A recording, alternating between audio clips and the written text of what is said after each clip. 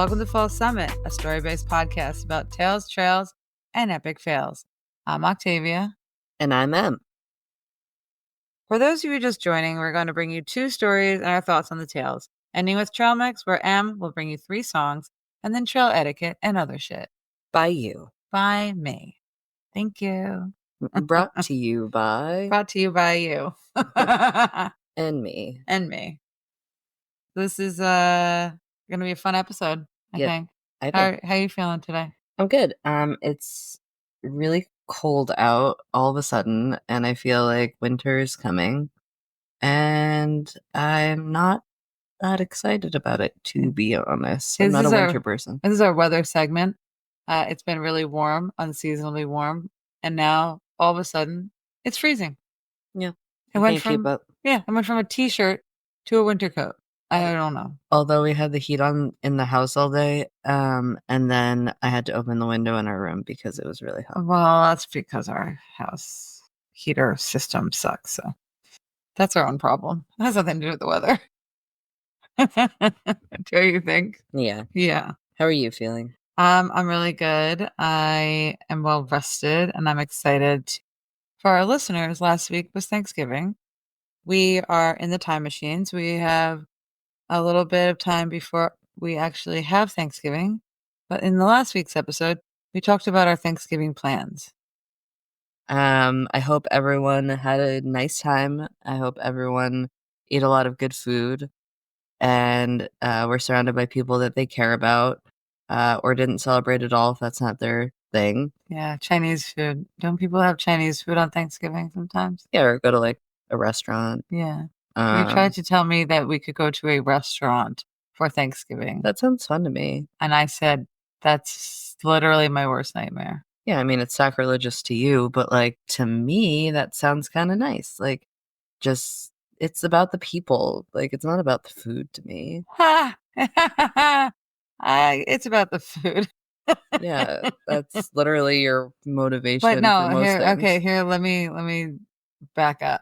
So it's about the food that I get to make with the people and watch the people eat that I love. Okay? So like if I make something delicious and then I get to watch other people enjoy that deliciousness, it makes my heart happy. Yay. That's nice. Anyway, I do hope everybody had a great Thanksgiving. On the next episode, on the next episode, we'll be talking about. Anyway, tonight we have some big plans ahead of us, though. We're gonna go see a movie. Date night. Yeah, date night. What are we seeing? I forget what it's called. Classic. Em just signs me up for these things, like movies and concerts and all this stuff, and then they don't tell me about it until the day before or sometimes the day of, and I just have to be a surprise. And sometimes they don't even remember what movie they signed us up for. So it is called, I just know it's a road movie. Oh, a road trip movie. So it's called A Real Pain. A Real Pain in the Butt. Just kidding. A Real Pain, and you said it's a road trip movie? Yeah. It's about 2 cousins, Benji and David. Okay. How do you know that? Have you seen it? No, I just watched the trailer. Oh. You remember the names? Yeah. You're crazy. Benji and David, and they reunite for this. They go through Poland to honor their grandmother. Oh, that sounds nice. Well, I'm excited to see that. And we're going to this restaurant. We're going to this movie theater that is also a restaurant. Or they serve food there? Yeah, it's one of the ones where you sit and order it in your seats. I like that. And I think they also have recliner seats, which is better. Really, I've gotten so spoiled with recliner seats. Although I will support like an independent theater, even if it doesn't, because I want to, support the community and like local theater. I love that for you, but we all know it's because I drag you there without your knowledge. Yeah. And then kicking and screaming into the theater and then you shifting your butt a million times throughout and saying so uncomfortable and poking me and saying how uncomfortable you are. But you always promise to either take me out to dinner or at least get me a martini after. So I suffer for my meal. Community. For community, I mean. Oops. Oops, Daisy. But this theater also has arcade, like retro arcade games. So I'm excited about that part because I like arcade games and it brings me back and actually lets me have fun, which is hard for me. You can bring you back to your childhood. I don't know how to have fun. Yes, you do. No, I don't. Yes, you do. When do you see me have fun? Are you having fun right now? No. I mean, yes. yes. You must be having fun. No, I'm just a constant state of walking anxiety. Yeah, that's true. I guess it is harder for people who have anxiety like all the time to have fun. It's very annoying. Yeah. I get anxiety, but I don't have it the same way that you do. Like in my head right now, I'm thinking about a million things. I feel that way, but I feel like that's more my ADHD than my anxiety. But aren't the million things causing you anxiety? Well, only if I'm thinking about them. But I have a really good avoidance techniques. What bills? Oh my gosh. Sorry, what bills? I heard you. But I just looked across at our bookshelf and I wanna something that I really want to do again is we have those books, the scratch off books. The adventure challenge ones where you can scratch off a thing in there and it gives you an adventure that you have to go on and you have to take a photo. I think we should start doing that again. Yeah, that would be a lot of fun. And there's also a food one, like we can post some of them on Instagram as inspiration for other people to go on adventures with their, buddy, partner, friends, whoever. Because I guess it could be fun. Yeah, they're not it all doesn't have to be romantical. Yeah. Anyway, take your mom on an adventure. Take your mom on an adventure. Take your grandpop. I wonder if any of them are pie eating contests. Do you think?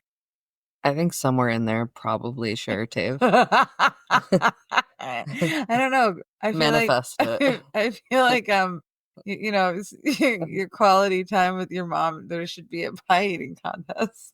Oh, sure. First thing that comes to your mind. First thing that comes to my mind with pie eating contests is the movie Stand By Me. Oh. And I will never. If you are going to spend quality time with your mom, the first thing that you think about isn't a pie eating contest? I would say no. No. Huh. I've never done a pie eating contest either. I don't know why it popped into my head. Okay. It's literally the first thing that I thought of. Baked goods aside. Baked goods Baked goods aside.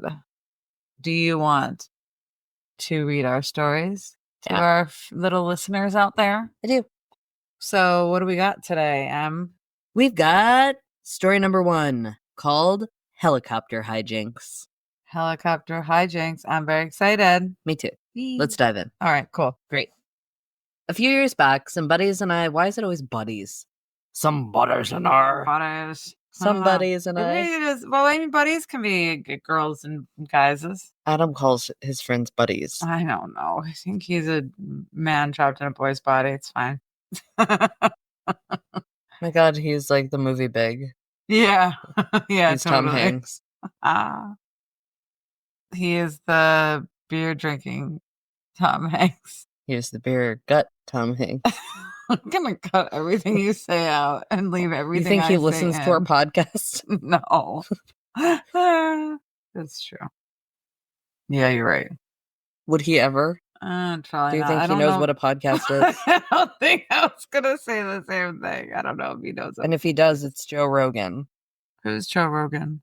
One of the most right-wing podcasters. It's always number 1. If he listens to podcasts, it's Joe Rogan. Got it. Okay. Yes, I understand. Great. A few years back, some buddies and I thought it'd be a brilliant idea to tackle a week-long hiking and climbing trip in Washington's Dutch Miller Gap, a remote patch of the Cascades. All of us were pretty seasoned when it came to this kind of thing, except for one guy. Let's call him Mr. Know-It-All. He was a friend of a friend, and while we respected his enthusiasm, he had zero experience with any kind of mountain equipment. Not crampons, not ice axes, nothing. So on summit day, we stopped at the base of a glacier to go over self-arrest techniques, critical for when things go downhill. Literally. We got Mr. Know-It-All strapped into his crampons and showed him the basics of stopping yourself with an ice axe. He seemed a little cocky for someone with no clue what he was doing. Still, we figured, hey, what's the worst that could happen? Famous last words. Do you know what? Famous last words. Yeah. Do you know what self-arrest practice means? I have no idea. I was going to ask you that actually. Yeah, I didn't either. Okay. So I had to look it up. Nice. So according to Wikipedia, Wikipedia? just kidding. Wikipedia, don't quote Wikipedia because you never know. That's true. So where'd you get this from? Just Googled it? I Googled it. Nice. And then an article came up. And was it Wikipedia article?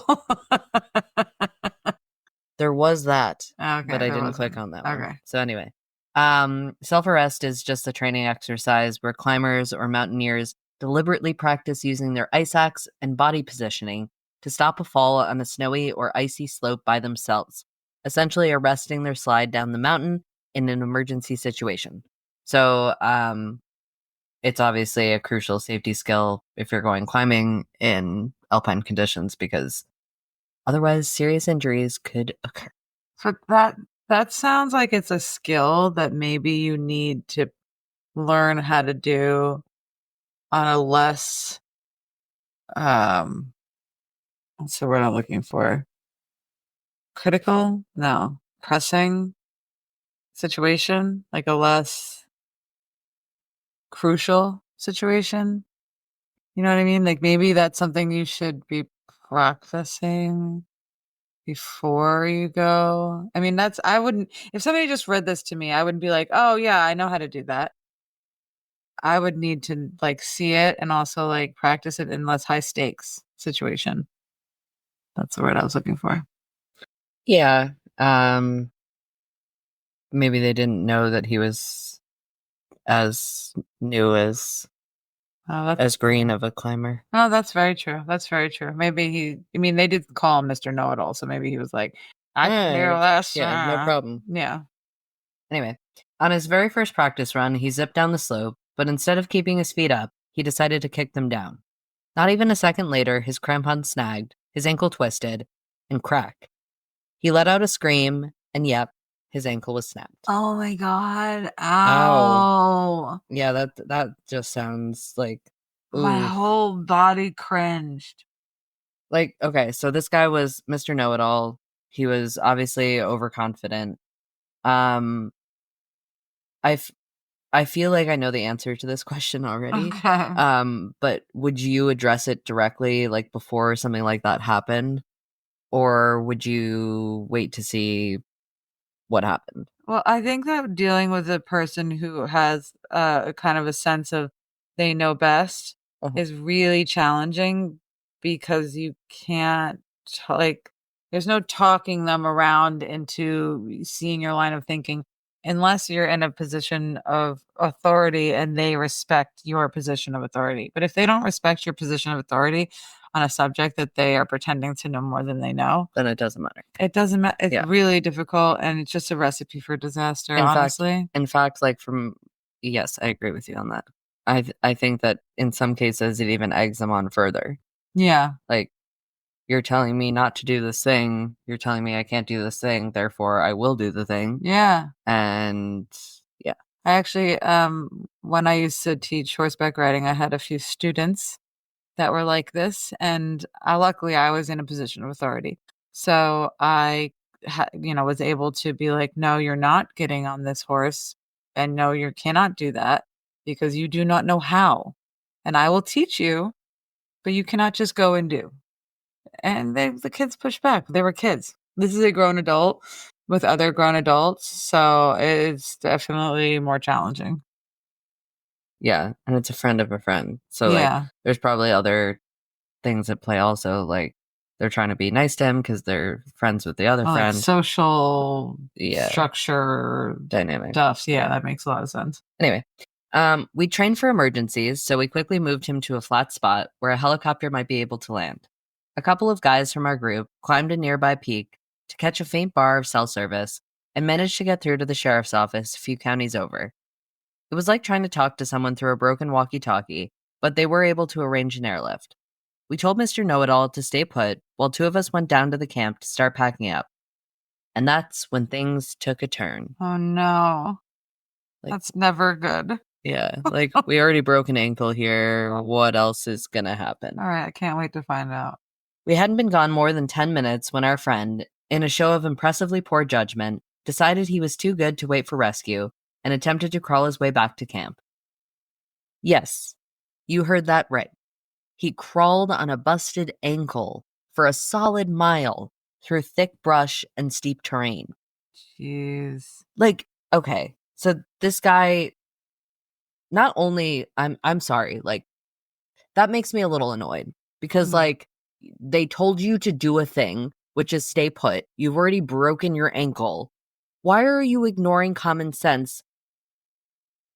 Like, what are you panicking? Like, is the guy panicking? Is it pride? Or, like, what is motivating that? I mean, I honestly, we don't usually try to like judge people and their decisions on the trails because, you know, things happen and you make stupid choices. But this seems like it's clearly something avoidable and common sense. You're an injured person. You really should know better than to, you could injure yourself more. You could get lost. They could not find you. You could die on the mountain. You know, there's so many things that could go wrong. And so, yeah, put a little judgment over there for a second. Yeah, because, like, you've already done a thing that impacts the rest of the group.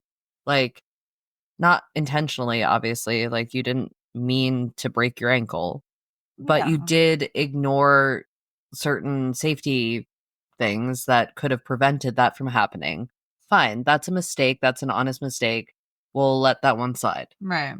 But once that's already happened, and your friends that obviously have done this before, Yeah, have told you to stay put, where are you going? is he gonna try to crawl all the way to the trailhead or something? Where are you going? Where are you going? Just stay there. Do you have to pee? Pee in your pants. I don't know what to tell you. Like, Oh my god. get out of here. Sorry. No, that's fine. I completely agree. And to comment back, I think on what you had said, I think it's probably a little bit of the know-it-alliness mixed with pride. And maybe he felt stupid for breaking his ankle, or maybe who the heck knows? That was very silly. It's very silly. All right.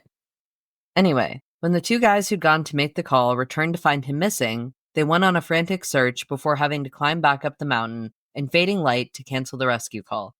With no injured guy in sight and darkness setting in, they finally gave up and made their way back to camp. Down at camp, we were sitting around, probably debating whether Mr. Know-It-All had somehow gotten himself into worse trouble, when lo and behold, he crawled into view, muddy and miserable. He didn't even say anything, just plopped down, took off his boot, and stared at his rapidly swelling ankle. We asked him, "Where's the rest of the crew?" He mumbled something incoherent, clearly not concerned that he put the entire group into chaos mode. An hour later, our two mountain messengers finally made it back to camp. They were fuming. Once they figured out what happened, they had to go back up to the gap yet again to recontact the sheriff's office and plead for another airlift the next morning. I'm surprised no one decided to snap something else of Mr. Know-It-All's by then. Yeah. He would deserve it. That means a neck.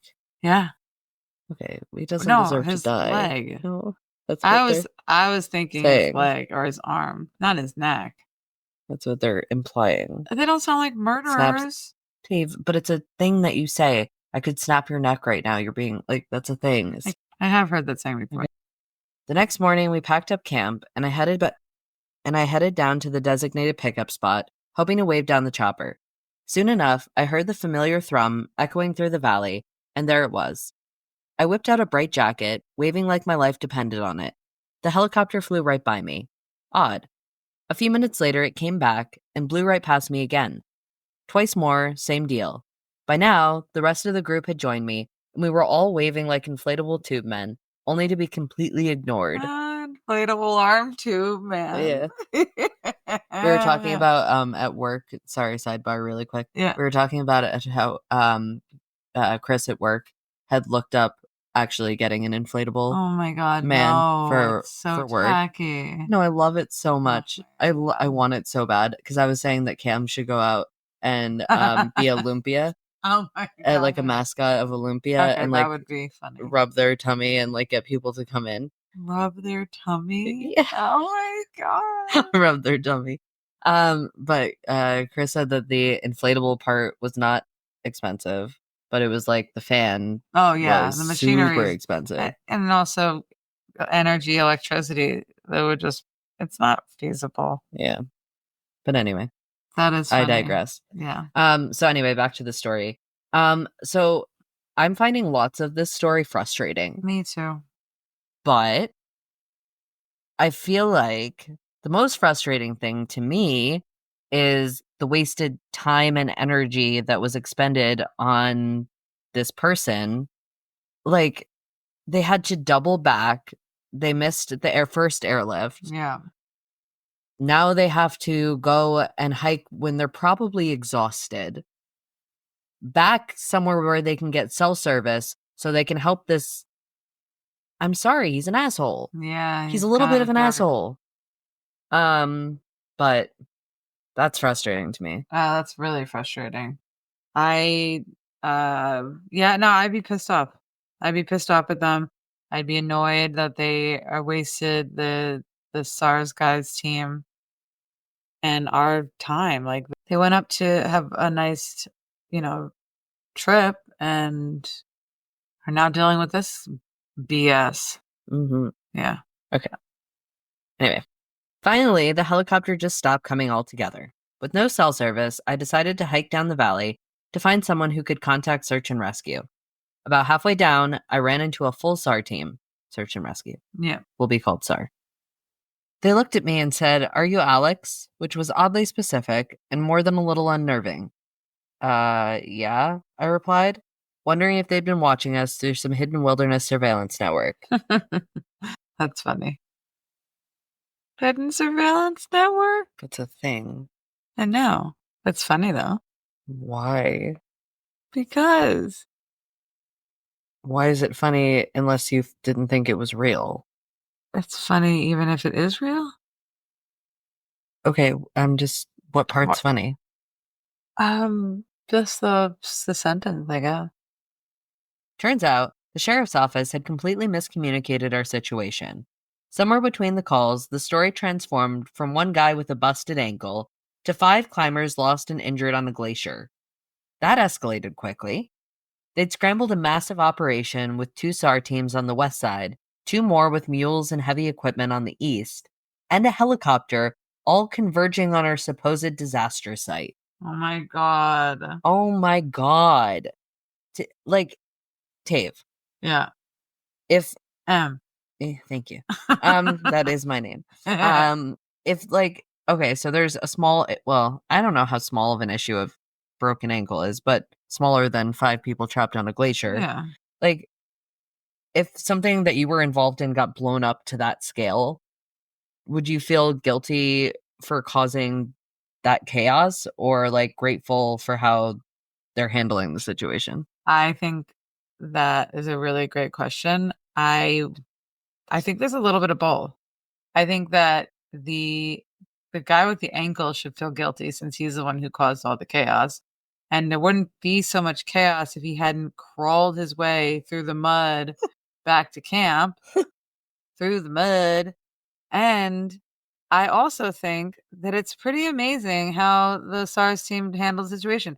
Yes, there was a confusion, but I guess you can really see how effective they are at responding when there is an emergency happening in these harder to reach places. Which, I don't know, as a novice hiker, Novice. a novice. I probably won't be in that situation, but for people that I know who are avid hikers, um, that makes me feel better about if something were to happen to like one of my families or friends that like to go in the deeper, Yeah. more treacherous parts of the land.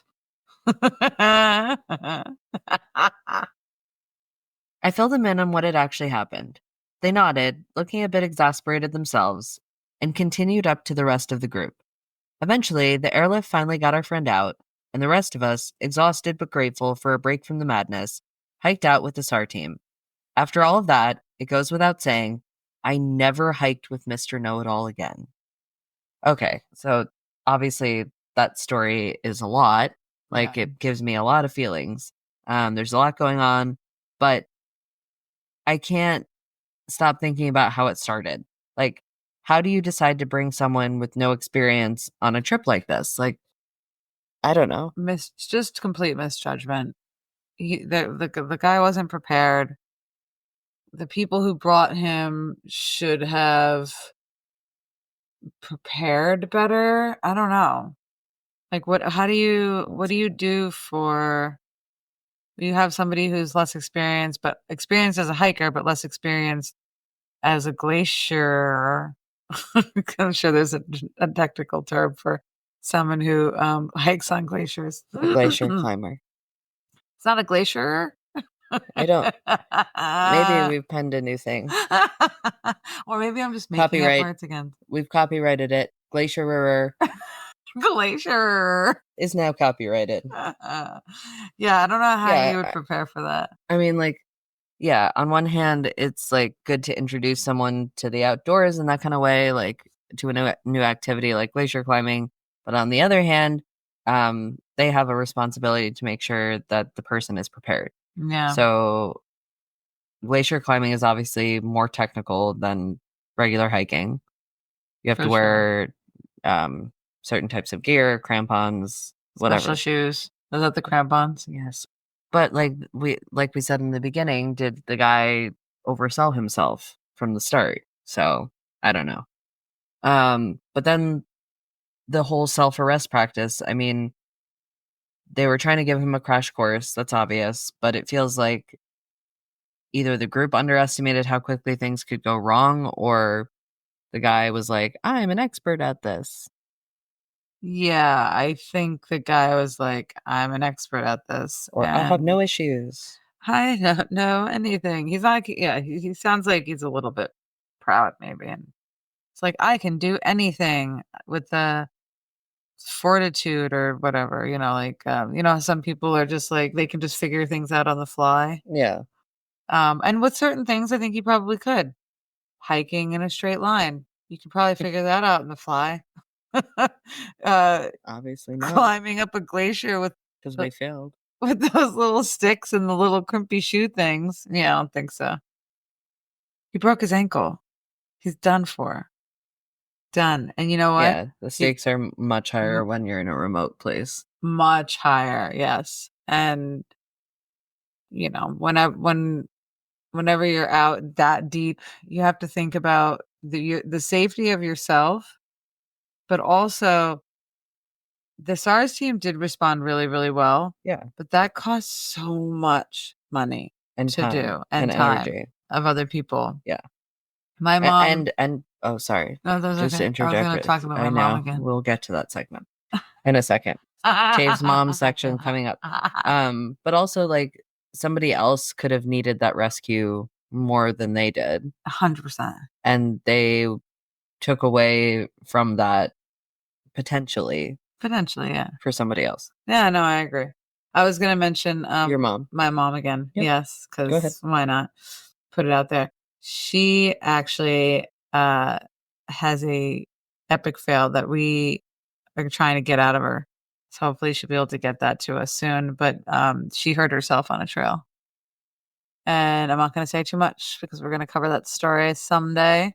But she did not call the SARS team or put her beacon on because she's crazy and she's like, I can just get out on my own Well, yeah, I mean, she would have had to if it was a leg or a ankle. I think you're right. She Yeah. would have. Yeah. She's But not. she's what did she say to me? She'd rather just no one find her body than have the SARS team come find her. I'm like, you're so morbid. But That's where you get that's it where I from. get it from. Hee hee. Yeah, and I feel like getting back to the story, the communication was off with the group Yeah. because the guy just wandered off with the SARS team apparently. How did they think that it was all Well, 5 of them stranded on a glacier? so I think the two of the friends went up to the top after the guy broke his ankle. Right. The broken ankle guy was supposed to stay put. Yeah. The two went up to the top to call search and rescue, and then they called them, set it up, search and rescue coming. Then they went down to get the guy, and the guy's gone. So then they went back up to the top and canceled search and rescue. But I think there must have been bad service, and maybe they just didn't hear him right. And instead of being like, "We don't need you," actually now they were like, "We are all in trouble and in danger. Please find us." Those two sentences sound similar. We're all good. We need help. Somehow the wires got crossed, and In a big way. in a big way, thousands of dollars way. Probably maybe even hundreds of thousands of dollars actually, because I don't know how much fuel is for those helicopters, but they said they heard more than one helicopter, right? I don't think so. I thought there was more than one. But either way, just one There was helicopter. multiple resources. Like there was multiple things. Like Yeah. Even one helicopter. 2 SARS teams and no, 4 SARS teams, 2 on each side. One on one side were just walking people hiking, and then the other side had like heavy equipment. Oh. Yeah. No, this was like a huge operation. I wouldn't be surprised if it cost like hundreds of I'm not a bookkeeper. Yeah. But let's not speculate. I would speculate that it would take a lot of money, more money than I have. So there you go. It's my speculation. You're welcome. Mom segment, speculation segment. Nice. Check Done and done. check. Are you ready for? No, I just I wanted to wrap it up. Go ahead, wrap away. Wooka wooka. Just kidding. So to round out the story, obviously I think there's a lot of things we can take away from it about preparation, communication, knowing your limits, Mr. Know-It-All. Mr. Know-It-All. But also like we've done a lot of pointing fingers. But it's not about that. But learning how to prevent situations like this from happening in the future. And it sounds like the group came out of it with a lot more perspective, and hopefully so did Mr. Know-It-All. But I doubt it. Let's be optimistic. I doubt it. He's gonna blame everybody. Nothing's his fault. I can just tell those type of people. The people that just never take accountability. It's you can't talk to them. Let's just hope. We can hope, but it's not happening. And I'm sure his ankle's still fucked up. I bet when it rains, it hurts. And he remembers that day when he was an idiot and tried to crawl back to camp with a broken ankle after his friends told him not to move. Your friends tell you not to move after you've broken an ankle. Don't move. Either way, this guy's an idiot. I don't usually judge people for their epic fails, but this one's I can't help it. It's so silly. Yeah, it really is.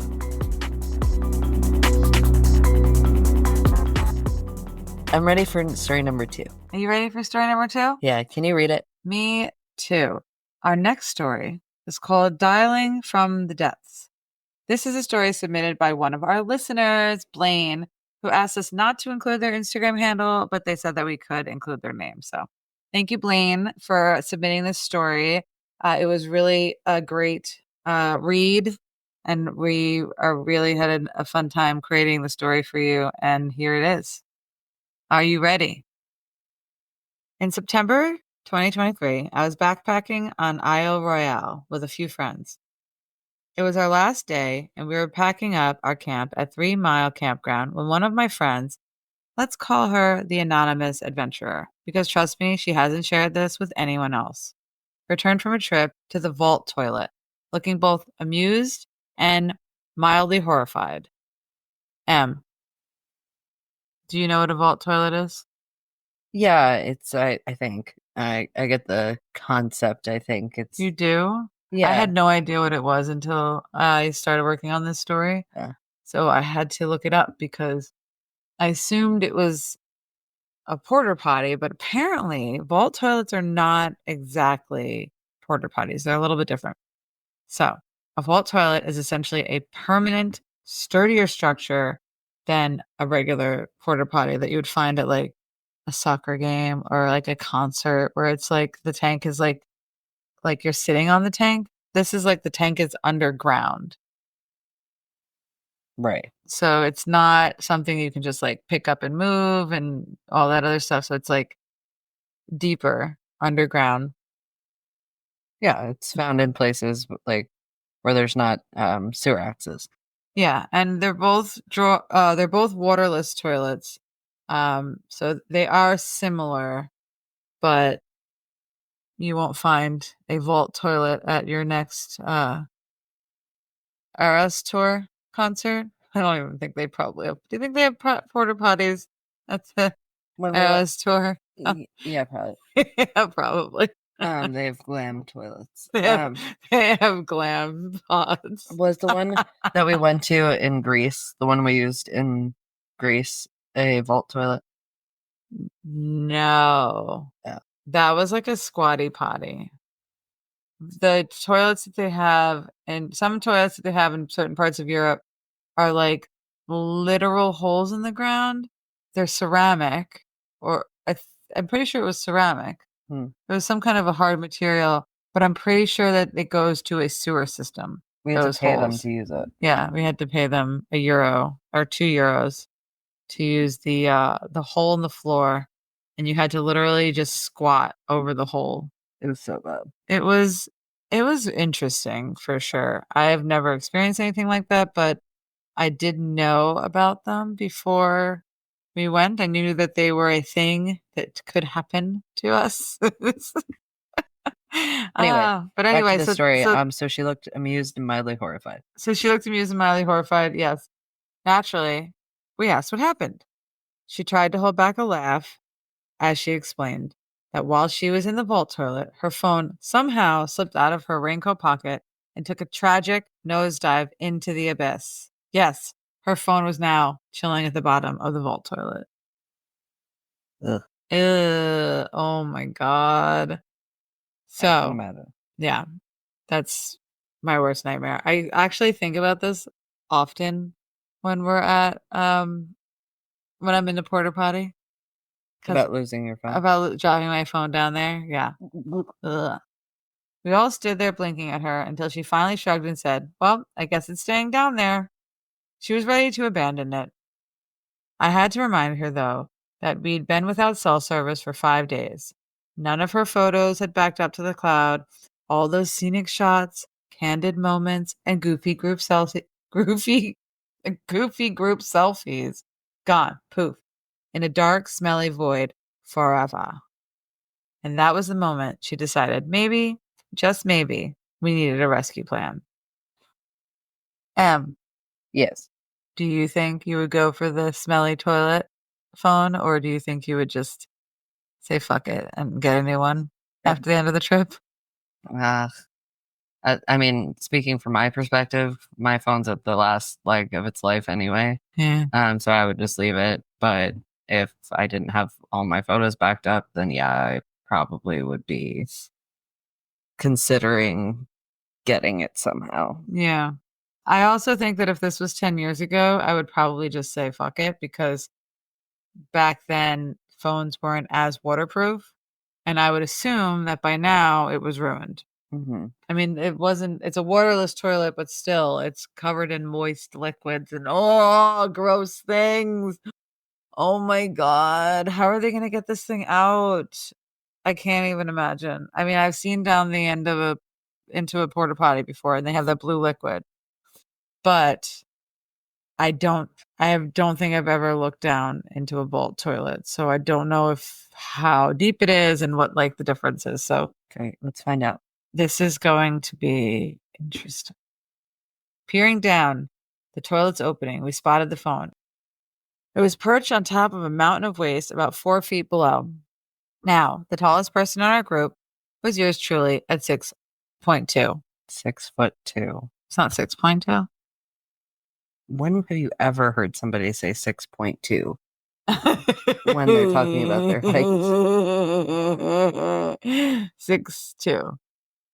Yours truly at 6'2". Say yours truly at 6'2". Yours truly at 6'2". And being the only guy, I had the longest arms. So guess who got nominated to be the first responder? Yep. I mentally prepared myself, turned on my headlamp, took off my shirt, and grabbed 2 sticks about 4 foot long, hoping to somehow use them like giant chopsticks to grab the phone. I'm just having a mental picture of like the phone being sushi. And he just has with his giant hand just holding the chopsticks like you would just get sushi. I don't think it was like that though. If only it was that simple. The phone was slippier than, well, let's just say slipperier. Yeah, you said slippier. Slippier. The phone was slipperier. Slipperier. Slipperier? The phone was slippier. Just say the phone was slicker. The phone was slipper. If only it were that simple. The phone was slicker than, well, let's just say, slicker than the substance it was resting on. It nearly slid off its precarious throne, and we had to hit pause for Plan B. The winning solution, my friend's trekking pole, wrapped in a ShamWow, which we promptly rebranded the ShamPOO. Not the kind of shampoo that you use in your hair. We got it. The kind of sham, and then poo. We got it. You got it? Yeah, I think we're all caught up. Are you sure? No, I think we're good. You don't need more catching up? No. You don't want me to explain to you more? Story number 2. Go ahead. Secured tightly with a few hair ties from the girls' bags. With this clever contraption, I slowly lowered the trekking poles, guiding them under the phone, and miraculously,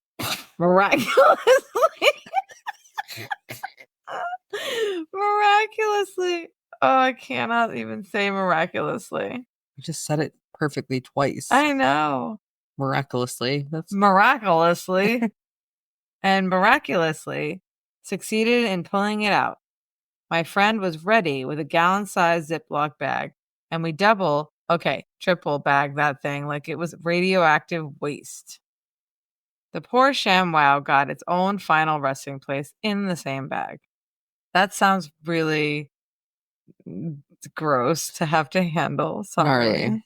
No. Gnarly. No. Oh, and now there's a poopy phone and a poopy ShamWow in a plastic baggie. Yeah. Shampoo meets telepoo. Dial-a-poo. Because it's a phone.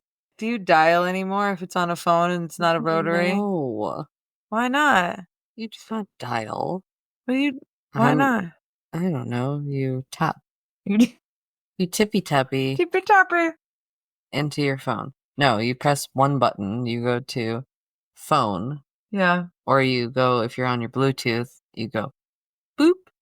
Yeah. And then you press mom. And then it rings. Oh, thank you for explaining how phones work. And then hopefully the person picks up. If not, it goes to voicemail. Well, when was the last time you used like a real phone, like a payphone? In high school. Oh, okay. There was one at our local diner, and when we would go to the diner after school, sometimes I would call my parents just to let them know that I was there. Oh, so not that long ago. Yeah. I don't know. My phone must have been dead because I was like, why didn't I use my cell I phone? was gonna say, didn't you have a cell phone? I mean, I didn't must have have a cell died. phone because I was in high school. It was the late '90s, so Oof. woof. There was no, cell phones weren't as common. I mean, they were around. It's not like I would get one as a kid. You still had a pager? I never got a pager. My dad had a pager for work, but I never got one. Hmm. Yeah. Anyway, any hoodle. Fast forward to that evening in Copper Harbor.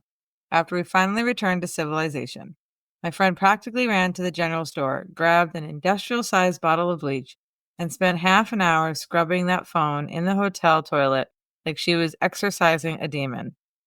Why was she scrubbing in the hotel toilet? Huh. It's a great question. Wait, why didn't she use the. Why would you put it in another toilet to clean it from the first toilet? That's a really good question. Why wouldn't she use the sink? Maybe that's what they call a bathroom? A hotel bathroom, a hotel toilet? Oh, maybe they just meant like the whole room. Yeah, like a toilet. Something. I hope she didn't put it in another Because that's what I'm toilet. picturing, like her Yeah. pouring bleach into a toilet, Yeah. throwing the phone in there, and then scrubbing it all around. With like one of the toilet scrubbies. Oh. Yeah, like slush slosh. Slash slash and a Taking a bosh. It's not a song. Amazingly, after a bleach bath and some serious soul searching, the phone the phone still worked, and she's still using it to this day. Now, whenever we go backpacking, I make a point to remind her, remember when I pulled your phone out of a mountain of, well, you get the idea. And side note, thank goodness we visited Isle Royale at the end of the season. If that phone had landed in a mid-season vault toilet, it would have been well beyond recovery. So, the moral of the story, zip your pockets tight before visiting any vault toilet or porta potty, or prepared to invent your very own shampoo. Well, I never. That story was nuts. Yeah. I'm kind of glad she got her phone back, but also I still think I would have not used the phone again. I think I would have gotten the photos off of it Mm-hmm. and then traded it in for a new model right away, immediately. Yeah, but it kind of does sound like based on that they, it wasn't in a lot of use, so it was probably not as gross as it could have been. What was not in a lot of use? The vault toilet. No, the vault toilet was completely full. That's why he was able to reach it. He said if it was mid-season, there wouldn't have been enough poop in there for it to be so high. I can't imagine going through that much trouble getting a phone back for a friend. I think I would rather get it back for a friend than for myself. Does that make sense? Yeah, and then on the other hand, it's like if I was by myself and I dropped my phone in, I'd be more willing, I think, to get it Mm-hmm. because you can be gross when no one's watching. That is a great comment. You can be gross when no one's watching. I can at least. I think most people can be gross when no one's watching, okay? Yeah. I think that is a really interesting psychological perspective. Yeah, I agree. Yeah. So that was really funny. I have a few questions for you. You ready? Yeah. Okay. So, at what point do you think you would not go for this valuable item? Like if you drop something in somewhere, you might be able to get it, but it would cause or it would be a challenge to get it. I don't know. It kind of depends on what's on the phone, Yeah. Well, it doesn't Like- have to be a phone. Oh, Yeah. it could be anything. It could be anything. Well, in terms of a phone, In terms of a phone, it depends on what's on it. So, like, they were talking about there's photos of the trip, there's selfies that they can't get back, group photos. So those are like things that preserve memories and time. that's true. But also like it's your connection to safety. Yeah, I was just thinking that like that's one of the reasons why I might go for it because I mean, I know my friends have phones also to call people like if anyone needs help, Hmm. but I don't like not having my phone because I feel it gives me anxiety. It's terrible what these phones have done to us. I don't like not having my phone. My phone dies, like my phone loses its charge, and I'm like, I need a charger. Huh. You know? Yeah, you really can't function without it. Yeah. I mean, I mean, me too. yeah, I think you're a little bit better than me though. Yeah, I don't think like when I'm up in the Adirondacks, I really like putting my phone away That's true. and not having any tie to it. And do you remember when I was working at um the other place that I will not name, Yeah. the one before the one I'm at now? Yeah. And I was stressed all the time because I was bringing my work home Oh yeah. all the time, You're and glued to it. my phone was constantly lighting up with Slack messages Yeah. and things on my off hours, and I just could never get disconnected. So I'd put my phone all you remember I would have my phone all throughout the day, basically on my days off on do not Oh disturb. yeah. Well, no. Yes, but then you would check it and Yeah, you would do the work anyway, even though I'm like, you're not working right now. So what are you doing? it What are was you doing? stressful. I know. That was a high stress position though. Hmm. And I think that's kind of like why you changed gears and I think that's also kind of why we're doing this now. I'm just glad you're finding your light and you're relaxed and not having to be glued to your phone as much. Thanks, bub. You even forgot it at home the other day. When? We went to the movies. I think we went to the movies. We went somewhere. And you're like, oh, I think I left my phone at home. Oh, yeah. And you were like, I would have Well, been like, we had to turn around now. Anyway, do you think that there's some kind of like emotional, physical barrier that you would find yourself at if you were to do this? meaning like crossing, like, is it crossing a line? Yeah. Um, I guess that's an interesting point. I don't know. Is it about the phone? Is it about proving yourself that you're resourceful enough to solve this problem? Mm-hmm. Um, no matter like how gross or difficult it is, because you're literally sticking your hand into a toilet. Are you Yeah. trying to prove yourself, or are you literally just trying to get your phone back? You know what I mean? Well, that's a good question, actually. So, as the friend, you're finding yourself feeling responsibility to be a good friend and reach your hands down into a vault toilet to get a phone off the top pile of poop. The top pile. There's a phone, and your bestest friend asks you to get it, and you have the moral responsibility to get it. Do you think you would feel the same way? Yes. Yes, and Yes. And I would. you would. Yeah. Yeah.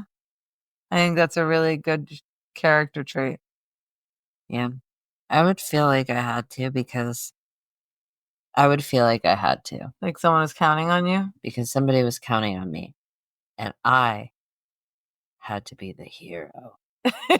You would feel a hero complex. Yes. The pooey phone rescuer. Yes. And I would be like, oh my God, this is so disgusting. And at the same time, I'd be like, my God, I'm such a good person. So do you think that our protagonist feels like they had a moral responsibility and now are feeling elated that they were the savior of their friend's Pooh phone? savior. Yeah, with the shampoo. Yeah, I I think that probably ties in a little bit. And I don't blame them. Like that's valid.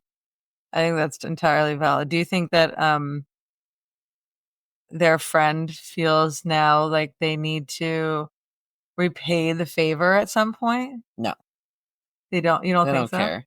They've What? forgotten about it. That's no way. They're like, okay, like, Would you feel like you owe your friend a favor after they've no, rescued your only if, phone out of a shithole? no, that is their choice entirely. What? I don't owe you shit. I would feel like I would owe them one. No, that's not how friendship works. You don't owe each other things because you do something nice for the other person. All right, last question. So do you think this is gonna change how she travels? Do you think she'll ever make this mistake again? Maybe. I don't think so. What do you think? Maybe. I don't know. If you dropped your phone in a toilet, would you ever make that mistake again? I don't know. I think she'll probably take better care with her phone and not probably bring it into the vault toilet or not put it in her back pocket or wherever she put it the last time. Yeah. But also like she'll probably do the same thing, yeah. Oh, she would not. I don't think so. I even think that some of our listeners, and myself included, would not make this mistake because I heard this story. Yeah, maybe. But it's also like you can't always prevent that from happening. Like I've dropped my phone in a toilet before. Yeah. And it's not like I was actively trying to do that. But if I was in like a situation like, well, if you drop it in like a regular toilet, you can get it really easily. If you drop it in a vault toilet or like a porter potty toilet, porter potty, you're never going to see that Porter again. potty. Yeah. You're never going to see it again. The end. The end. Goodbye. Goodbye, phone. Goodbye. So what do you think of our stories today, Em? I thought the first one was good. And the guy really bothered me. Yeah. Because he could have easily prevented some of the situations from happening. But, you know, Lessons learned. lessons learned. The second story was funny, and also, what a good friend Blaine is. Yeah. Blaine What is a a good. good friend. We all need a Blaine in our lives. Yeah. I would love that. Yes, I love that. That's perfect.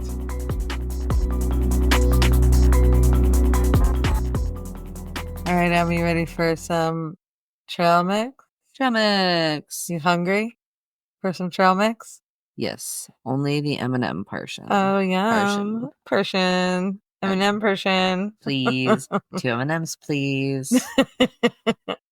So the first one is called Middle Names by Devendra Banhart. So first off, Devendra Banhart, back before I realized I was gay, Gay. I had the biggest crush on Devendra Banhart. Okay. And thought he just was like, I was obsessed with guys with long hair and beards. Right. And my mom at one point said to me that I had a Jesus fascination. Oh. Yeah. Okay. Which was weird. Your mom's weird. Yeah, that's a weird thing to say to a kid. Anyway, but Devendra Banhart, also weird quinky dink. I had put this on here as the next song, or as the first song for the mix. And then you remember the playlist I recently made, the country playlist for my friend Karina. Yeah. Okay. So then Karina sent me a playlist that she had made during quarantine. Oh, cute. And the first song that came on was a song by Devendra Banhart. Oh, that's really funny quinky dink. Yeah. And it might have even been this song, but I'm not 100% sure on that. Yeah. Anyway, this song is Middle Names by Devendra Banhart. If you've never heard it, it's like stepping into this quiet, deeply personal moment. The whole vibe is stripped down, just him and his guitar, which is actually a lot of his songs. And it feels so intimate, almost like he's singing directly to you. Devendra Banhart himself, he is often labeled as a pioneer of the freak folk genre, which is a mix of folk music with quirky, unconventional elements. So like, it's weird music. It's out there. He's out there, but it's still really good. Give it a shot. I've never heard of the freak folk movement. Yeah. And he was born in Houston, actually. Fun fact. Oh, fun fact. But spent a lot of his childhood in Venezuela. Oh, wow. So you hear a lot of the blends of that multicultural influence Yeah, definitely. in his songs. Yeah. Yeah. Second one is Love Is All by Tallest Man on Earth. I like The Tallest Man on Earth. Yeah. It's good music. And it's a good song. Yeah. You always tell me that every time it comes on. Mm-hmm. You're like, oh, this is a good one. Almost like you've never heard it before, but you have many a time. It's very raw, it's poetic, and loaded with emotion. The way he sings all of his songs again, but so full of meaning. It's like you're hearing someone processing their pain in real time. Mm. Yeah. So The Tallest Man on Earth, I think we've had another song by him already. But his real name is Christian Mattsson, and he's Swedish. So He is? yeah. I didn't know that. Yeah. Oh, that's interesting. But he's Swedish, and a lot of his songs channel Americana folk. So he's often compared to Bob Dylan. Oh, wow. But he's often compared to Bob Dylan. As for Love Is All, the song we're talking about, it's one of the standout tracks from his album The Wild Hunt, which really cemented his reputation as a master of emotional storytelling and writing. Mwah. Yep. That's a good song. I really like that song. It is. Yeah. And then Wolf Cat by Still Woozy. This track is a perfect blend of groovy, laid-back vibes with just enough experimental flair to keep things interesting. The lyrics talk about feeling out of sync with the world. There's a sense of longing, but it's not too heavy. Still Woozy, his real name is Sven Gamsky, and he's got this fascinating background in producing his own music, which blends elements of R&B, electronic, and indie rock. He recorded Wolfcat, the song we're talking about, in his home studio, which gives it that raw DIY feel. He's a one-man show, and that's definitely comes through in his music. Everything from the beats to the lyrics feel really personal, almost like you're hearing someone's inner thoughts set to music. The end. Well, thank you so much for that. You're welcome. So, I know one of those songs, but I did not know the other two, and I'll have to listen to them. And I can't wait. Yeah. So you make me listen to them. I shall. Thank Trust you. me, I shall. I know. Ooh. All right. Are you ready for trail etiquette and other shit? I certainly am. Yes. Well, today it's the other shit category. No. Yeah. No. I know. Oh, we're on a trend here. Yeah. We're talking about shit. And now we're going to talk about how to estimate how long it will take you to hike. Now, this is a subject that we have talked about in past episodes, debating on whether it takes this long, that long to walk this many miles, or how long you could potentially walk in so many hours. And I haven't done the research on it until now. Today, I'm going to tell you the rule of thumb. It's called Naismith's rule.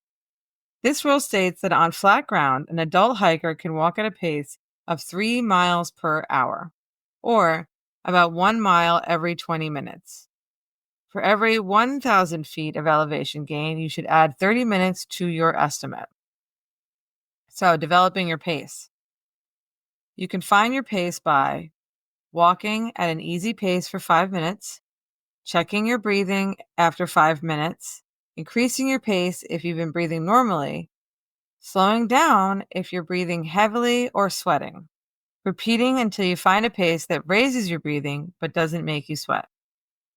Walking at that pace for 30 minutes and measure how far you go, multiplying the distance by 2 to get your miles per hour pace. Repeating the next day to see if you can cover the same distance in the same amount of time. There are some other factors that can affect your hiking speed, and they include terrain. You can expect to hike at a pace of about 2 to 3 miles per hour on flat terrain and 1 to 2 miles per hour on rough terrain. Elevation. Elevation gain and loss can affect how long it takes you to hike. Breaks. You should plan to stop for breaks. So that will also, determine on how long it will take you to do a day hike. Pack. A heavy pack can make it harder to make up lost time on downhill stretches. Knees. Bad knees can also make it harder to make up time on downhill stretches. So I'm going to start using Naismith's method to try to find out what my pace is. And I think that you should do that too. Yeah, I'm gonna be very sad. Why? Mm. I think I might break the scale. Well, you have a problem is when you I would say your biggest issue would be when you try to talk and also walk at the same time. You stop. You ever notice that? Yeah, because I'm catching my breath. Because you can't breathe and talk. Yeah. That's not true. No, it's not. But I'm being a little Deprecating? Yeah, don't be self-deprecating. But I do think that I have room for improvement. I think we all have room for improvement. I agree with that. I want to find out what my pace is, so. What do you think you're at? I think I could probably walk a mile. In another person's shoes? Yeah. Well, I do one hike near us, and I'm pretty sure it's 2 miles. And the last time I did it, it took me an hour. So, but I was also with my friend, and I don't know, we were gabbing. So Gabbing. we were gabbing. So I don't think I'm in a 1 mile for every 20-minute bracket at this point. Probably not. But No, it's okay. No, but I definitely think that it would be interesting to take the test and then see if I could improve over like the course of, I don't know, a month or 2 months. See if I can get better and better. You definitely could. Yeah. Maybe we should make this a challenge for all of our listeners out there. We can call it the pace challenge. What's your pace? Oh yeah, I like that. Question mark. I like that. Ta-da. We can make it so our listeners can also participate. Yeah. Oh, that's the whole point. Yeah. That's what you were saying the whole time. Uh-huh. Cool. I'm up to speed. Okay. You have any other tidbits for us, Em? This is the news segment. If you have any news, put it here. Put it there. Put your news there. No, but I think I don't know if you want to include this, but I think we should start because I've seen a lot of podcasts on Instagram that post show accompaniments on their Instagram. So Okay. every episode that they post photo accompaniments along with it. Some people put like photos of the places they're talking about. Some people put faces of people they're talking about if it's a murder podcast. Oh, well, yeah, if it's case notes, that makes sense. We could post a photo of a vault toilet. We could post a photo of a phone in a toilet. We could post a photo of the Albanian and Montenegro hiking trails. We could post a photo of That's a good idea. other things that relate to the And story. that would come out on like Wednesday? Yeah. Okay. Yeah, we can do that. We could post a picture of a SARS team helivacking a person to safety. Yeah, that's true. That's a good idea. Anyway, I like that plan. We're creating a merch store right now, which is exciting.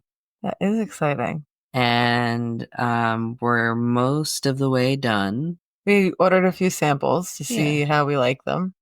And once those come in, we will know better whether that's something we want to do or not. Yeah, if we want to go with that company or a different one. So that'll be exciting. And we'll keep everyone posted on our socials about the progress on that. As always, follow us on our Patreon. We have some great trail mixes up right now. We also have a lot of funny 6 short story episodes that were really fun to record. They were really fun to record. I really do enjoy recording our Patreon. You get to see a different side of us, less tailored, more wacky. Yeah, I think we're always wacky.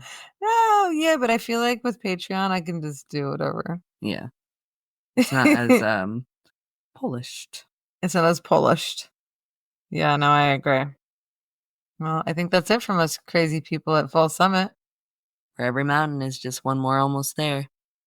And if you've enjoyed today's episode, Please rate, review, and subscribe. And if you didn't enjoy it, well, maybe that's your epic fail for the week. hee hee.